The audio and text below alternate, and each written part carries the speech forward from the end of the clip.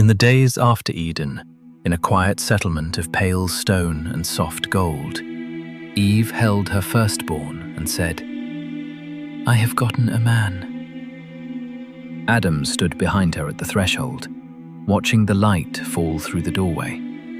Soon another child was placed in her arms, Abel, and the two brothers grew beneath the same sky, side by side on the cool, luminous paving. As the years passed, their paths diverged. Abel became a keeper of flocks, guiding sheep through a gate of white rock where sunbeams gathered in drifting dust. Cain worked the ground, turning the soil along terraces cut with orderly lines where water channels mirrored the clouds. In time, the day came to bring offerings.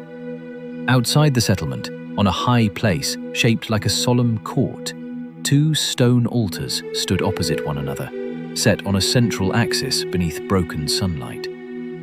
Cain laid the produce of the field upon the left altar, fruit and grain, carefully arranged. Yet the air over it felt muted, the light restrained. Abel brought the firstborn of his flock and their fat portions to the right altar. The fire rose with honest heat, and the smoke lifted pale and bright into a shaft of gold. The difference was clear, without a word. Abel and his offering were regarded, but Cain and his offering were not. Cain's face fell. Anger tightened his jaw, and he lingered on the steps where the geometry of the place could not contain the storm in his heart. Then the Lord spoke to him. No shape in the clouds, only the weight of a question in the ordered space.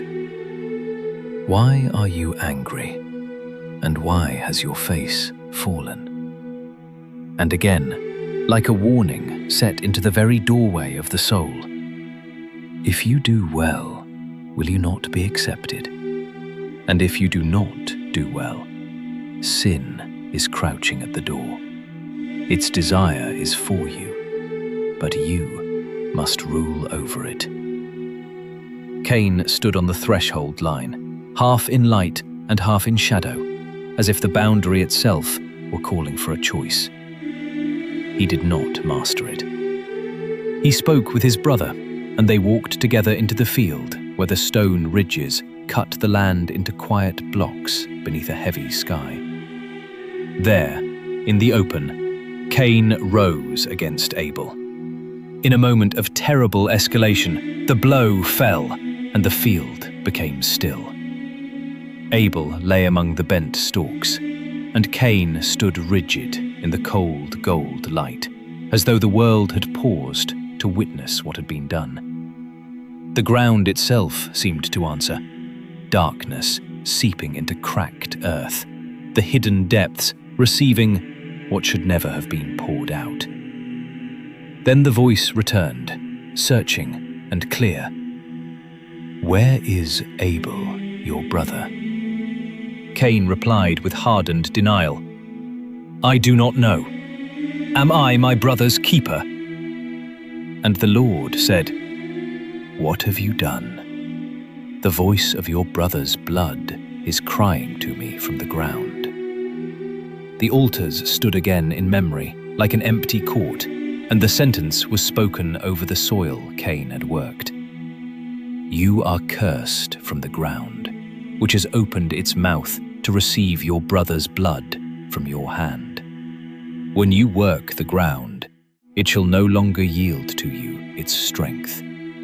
You shall be a fugitive and a wanderer on the earth." Cain's fear broke through his defiance. "My punishment is greater than I can bear. Whoever finds me will kill me." But the Lord restrained vengeance and set a mark on Cain, not a banner to boast in, but a boundary of mercy. Not so. If anyone kills Cain, vengeance shall be taken on him sevenfold. And Cain went away from the presence of the Lord, and settled in the land of Nod, east of Eden, walking toward harsher hills where the light thinned and the air grew grey. There he lived, and he knew his wife, and a son was born, Enoch. Cain built a city and named it for his son, raising walls and gates from stone and timber as dust drifted through the sun's remaining beams, a new order rising from a wounded beginning.